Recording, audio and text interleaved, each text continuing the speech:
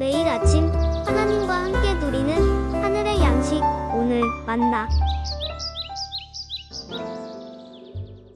제3장.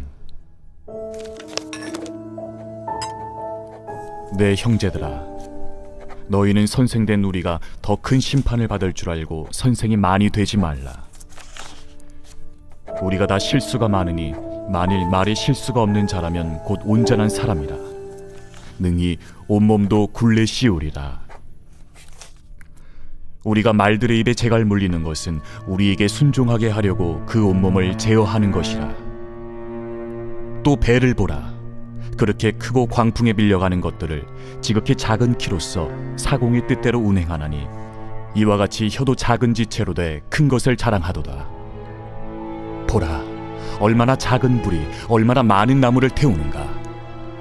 혀는 곧 불이요 불이의 세계라. 혀는 우리 지체 중에서 온몸을 더럽히고 삶의 수레바퀴를 불사르나니 그 사르는 것이 지옥불에서 나느니라. 여러 종류의 짐승과 새와 벌레와 바다의 생물은 다 사람이 길들일 수 있고 길들여 왔거니와 혀는 능히 길들일 사람이 없나니 쉬지 아니하는 낙이요 죽이는 독이 가득한 것이라. 이곳으로 우리가 주 아버지를 찬송하고 또 이곳으로 하나님의 형상대로 지음을 받은 사람을 저주하나니 한 입에서 찬송과 저주가 나오는도다. 내 형제들아, 이것이 마땅하지 아니하니라. 샘이 한 구멍으로 어찌 단물과 쓴물을 내겠느냐. 내 형제들아, 어찌 무화과 나무가 감람 열매를 포도나무가 무화과를 맺겠느냐. 이와 같이 짠물이 단물을 내지 못하느니라. 야고보서 3장 1절에서 12절.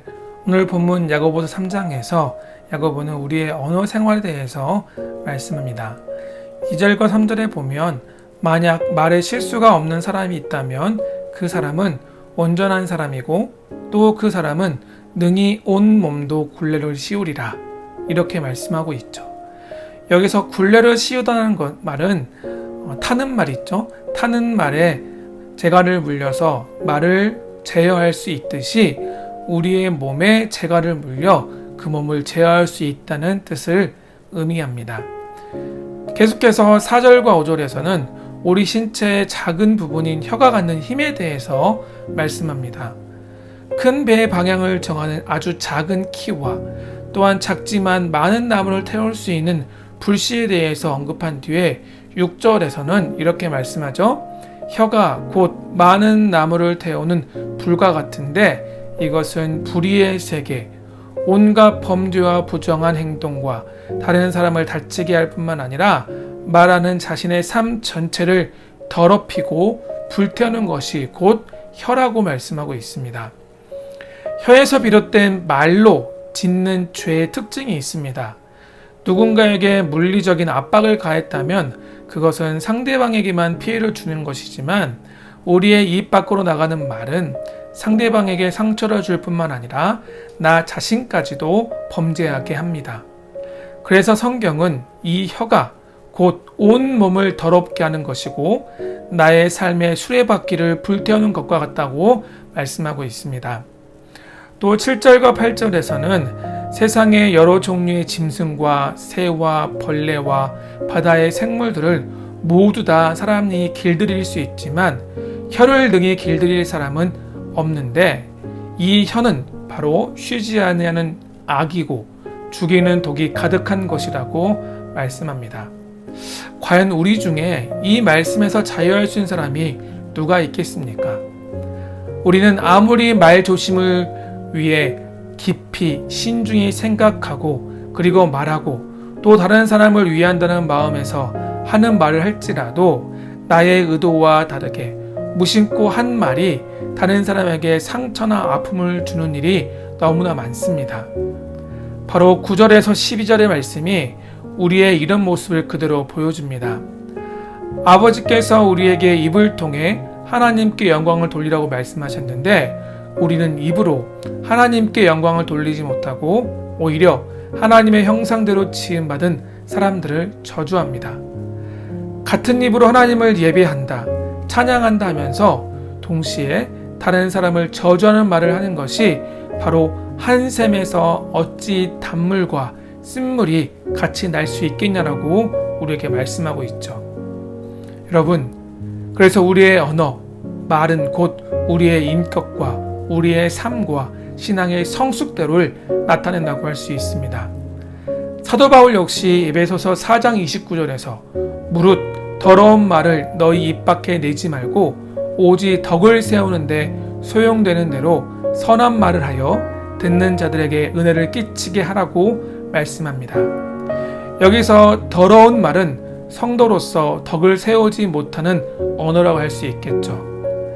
말씀을 준비하다 보니 쿰란 공동체의 언어 생활에 대한 규칙에 이런 것이 있습니다. 첫 번째, 고의적인 거짓말을 한 회원에게는 6개월간의 참회. 두 번째, 어리석은 말을 한 회원에게는 3개월의 참회. 세 번째, 적절하지 못한 유머에 대해서 과도하게 큰 소리로 웃는 회원에게는 30일 참회. 네 번째, 동료를 비방하는 행위를 한 회원에게는 공동 식사 예식에 1년간 참여 금지라는 징계 조치를 취했다고 합니다. 이 쿰란 공동체의 언어 생활 내규는 우리에게 많은 시사점을 던져줍니다. 우리는 어떠한 언어 생활을 하고 있습니까? 바울은 우리에게 덕을 세우는 언어를 통해서 듣는 자들에게 은혜를 끼치게 하라고 말씀하죠.